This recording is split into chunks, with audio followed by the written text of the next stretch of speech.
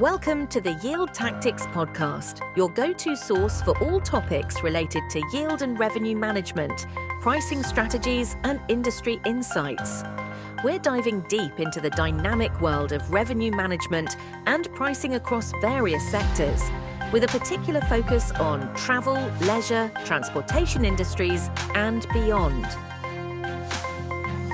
From airlines optimizing seat inventory to hotels adjusting room rates based on demand, and even to theme parks maximizing ticket sales, yield management plays a crucial role in ensuring businesses extract the maximum value from their resources. Joining us are Yield Tactics senior consultants and partners, industry experts, thought leaders, and pioneers in the field of revenue management, who will share their expertise, experiences, and innovative strategies to help you stay ahead in this ever-evolving landscape.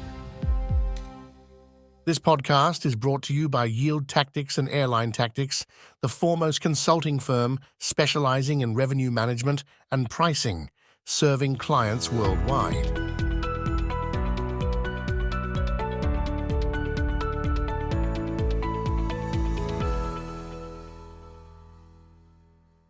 Welcome to today's episode, where we're diving into a game-changing concept in revenue optimization, integrated revenue management, or IRM. If you've ever focused purely on increasing revenue without considering the actual costs behind each sale, you might be leaving serious profits on the table. So today, we're shifting the focus from gross revenue to what really matters: net profitability. For years, revenue management has been all about maximizing top-line revenue, pushing as many sales as possible at the highest achievable price.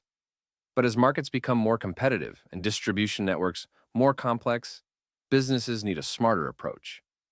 That's where integrated revenue management comes in. IRM isn't just about revenue growth. It factors in the cost of generating that revenue. Traditional revenue management often ignores the expenses tied to different sales channels, like commissions, marketing spend, and tech infrastructure. But IRM changes the game by prioritizing net revenue, the revenue left after accounting for those costs. Let's take an example from the airline industry. In the past, legacy airlines made every seat available across all booking channels, with little differentiation. But that often meant paying hefty commissions to travel agents or online booking platforms, eating into profit margins. Now, with a more integrated approach, airlines assess which channels truly bring in the highest profits, not just the most revenue. One of the key pillars of IRM is understanding the cost of sales, because revenue without profit is just vanity. Businesses often assume that direct online sales are the cheapest option, but when you factor in digital advertising costs, payment processing fees, and customer support expenses, the picture gets more complicated. The reality? Some seemingly expensive channels might actually be more profitable once all costs are accounted for. For instance, a resort may be spending big on Google Ads and OTA commissions. Sure, those channels bring in guests, but are they profitable? A closer look at costs might show that direct bookings, even at a lower volume, yield higher margins. That's why IRM isn't just about driving sales, it's about driving profitable sales. To take IRM to the next level, companies must evaluate the return on investment, ROI, of their commercial expenses. Every marketing dollar, every commission paid, and every discount offered should be assessed for its impact on actual profit. Businesses that fail to measure this risk pouring money into high-cost, low-return channels while underinvesting in more profitable ones. Take the cruise industry as an example. A cruise line may rely on multiple distribution channels, direct website bookings, travel agents, and partnerships with OTAs. Without an ROI-driven strategy, they might continue investing in costly partnerships that deliver high revenue but low net returns. A smarter approach? Shift spending toward channels with the highest profit potential. So how do businesses apply IRM in practice?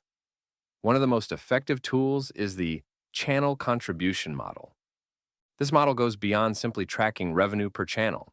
Instead, it calculates net revenue by deducting all associated costs, like commissions, marketing spend, and tech investments, to determine each channel's true contribution to profitability. By understanding which channels bring in the highest net returns, companies can make data-driven decisions. Should we increase direct bookings and reduce reliance on third-party platforms? Are we overspending on certain customer segments that don't bring real profits? Should we negotiate better commission rates or shift marketing budgets? Optimizing the channel mix in this way ensures that every sales effort is aligned with maximizing profitability, not just revenue. Integrated revenue management is more than a trend. It's the future of revenue optimization. Companies that continue to chase gross revenue without considering costs will struggle to maintain profitability in an increasingly competitive landscape.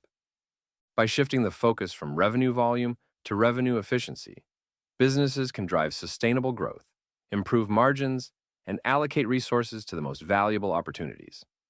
So, next time you're evaluating sales strategies, ask yourself, are we truly maximizing profit or just chasing revenue? That's it for today's episode. If you found this valuable, don't forget to subscribe and stay tuned for more insights on smarter revenue strategies. See you next time.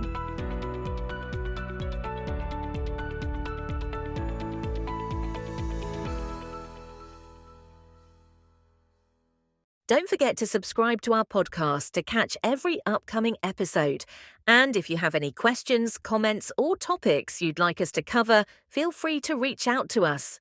Stay connected with us on LinkedIn and visit our websites yieldtactics.com and airlinetactics.com for more exclusive content and information about our consulting and training services. From our websites, you can download the Yield Tactics magazine for free, featuring in-depth articles covering topics such as organizational transformation, advanced pricing techniques, marketing, revenue optimization, and distribution.